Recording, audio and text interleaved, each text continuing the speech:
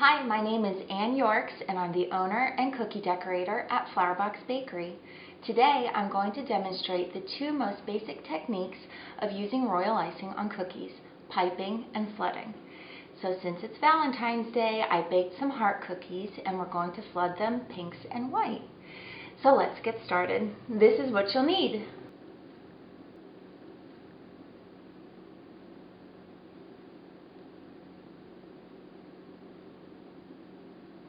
I've prepared two types of icing today. A thicker piping icing that I've put in an icing bag with a number 2 tip, and a thinner flooding icing that I've put in a squeeze bottle. I also have my scribe tool, which I use when I'm flooding, and I like to keep a paper towel with me in case I need to clean my tips and tools. Here we go.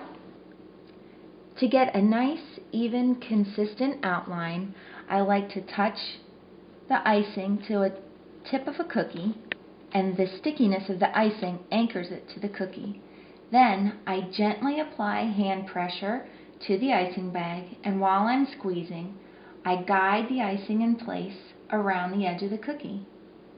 You might notice that as I get to the top of the heart, at transition point, I drop another anchor down onto the cookie. Then I anchor it and I go back around the second curve of the heart, never dragging my tip onto the cookie. This results in a nice high outline and a nice even outline that will create a clean edge when I flood the cookie. I'm going to outline a few more.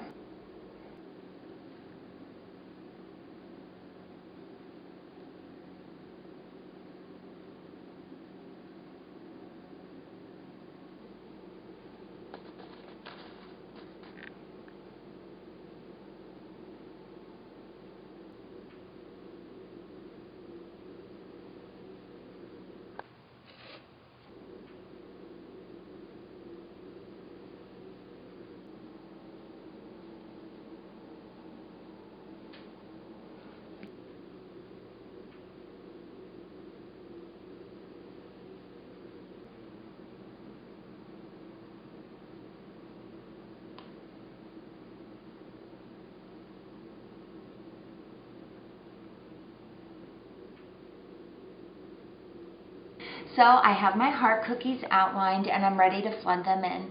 Royal icing is nice because it flows in evenly and then dries smooth. For a royal icing recipe, you can find it on flowerboxbakery.com, and I'll explain the differences between the consistencies. So to flood, I have my squeeze bottle and my scribe tool. And what I'm going to show you is my technique that I call the bump and wiggle. When I start flooding, I like to bump the icing along the edge of the outline, just like this.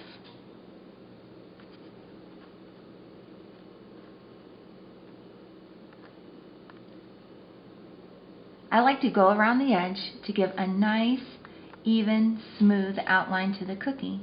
Then I fill the cookie in with the icing. As you can see, the icing is a little bit on the thick side, definitely not watery. If it's watery, it'll spill over the outline. Then I take my scribe tool and I gently wiggle the icing into place, tapping it ever so carefully over the outline. This helps the outline to disappear and give the cookie a nice, smooth look. If any air bubbles pop up, my scribe tool is nice and sharp, like right there, and I can just pop it, and it's gone. And now I'm ready to fill in the hearts on the tray.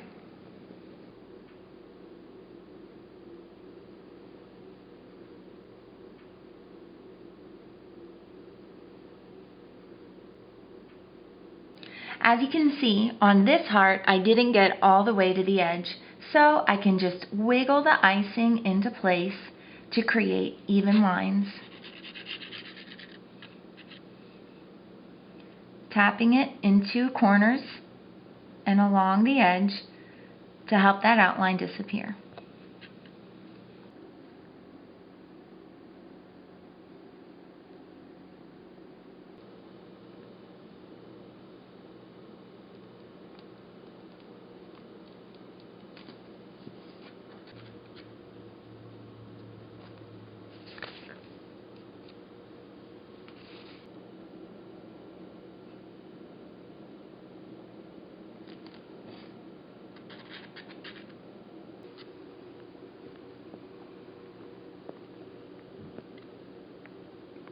You might notice that the hearts are moving position.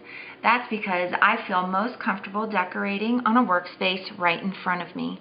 I do like to decorate directly on the tray, but I move the cookies and turn the tray to get the best results.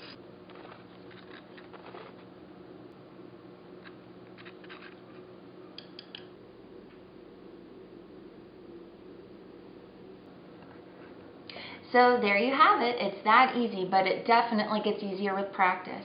For more tutorials, supplies, and recipes, check out flowerboxbakery.com. Happy decorating!